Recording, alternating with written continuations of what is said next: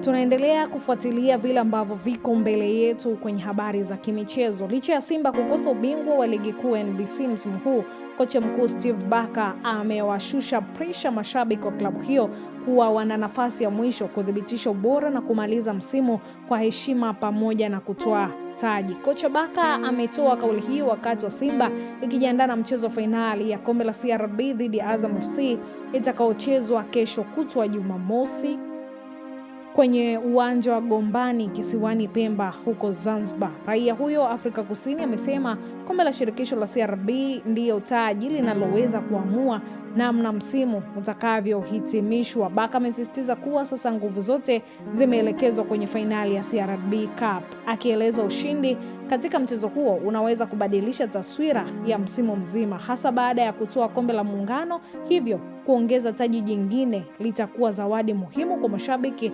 waliounga mkono timu hiyo msimu mzima. Amewataka mashabiki wa Simba kujitokeza kwa wingi kuisapoti timu katika mchezo huo muhimu, akiahidi kuwa wachezaji wataingia uwanjani kupambana na kwa kila namna kwa kuhakikisha taji hilo linarejea tena Msimbazi. Kila mara nimekuwa nikisema tutatoa 100% kila tunapovaa jezi ya Simba. Hilo litabadilika kwenye fainali. Tunataka kuwaletea furaha mashabiki wetu kwa kushinda taji la kumaliza msimu kwa tabasamu. Hayo ni maneno ya kwake kocha mkuu wa Simba Barker. Simba ilitinga fainali hiyo kufuatia kuichapa Coastal Union ya Tanga mabao 4-0, huku Azam ikivua ubingwa kwa michuano hiyo. Yanga kufuatia kuichapa kwa mabao 3-2 ndani ya dakika 120, huku ikiwa pungufu ya mchezaji mmoja.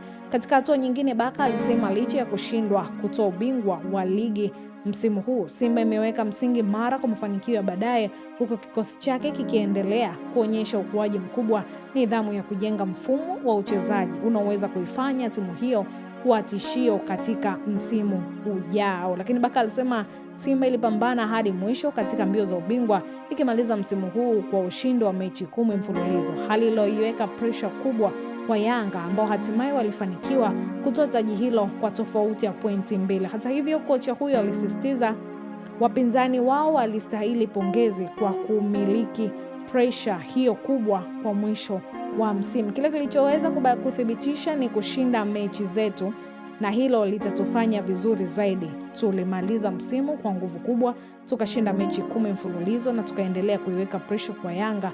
Wao walihimili pressure hiyo na wanastahili pongezi kwa kutoa ubingwa. Hayo ni maneno ya kwake kocha huyo, lakini alisema jambo linalompa matumaini zaidi ni matokeo ya ligi pekee, bali mabadiliko ya kiutendaji ndani ya kikosi chake, akibainisha kuwa wachezaji sasa wanaelewa vyema falsafa yake na wameweza kujenga utambulisho wa timu. Kwa mujibu wake, maendeleo hayo ni msingi muhimu kuliko matokeo ya muda mfupi, akisisitiza kuwa Simba ipo kwenye njia sahihi ya kurejea kileleni. Basi baki na Gift Online TV.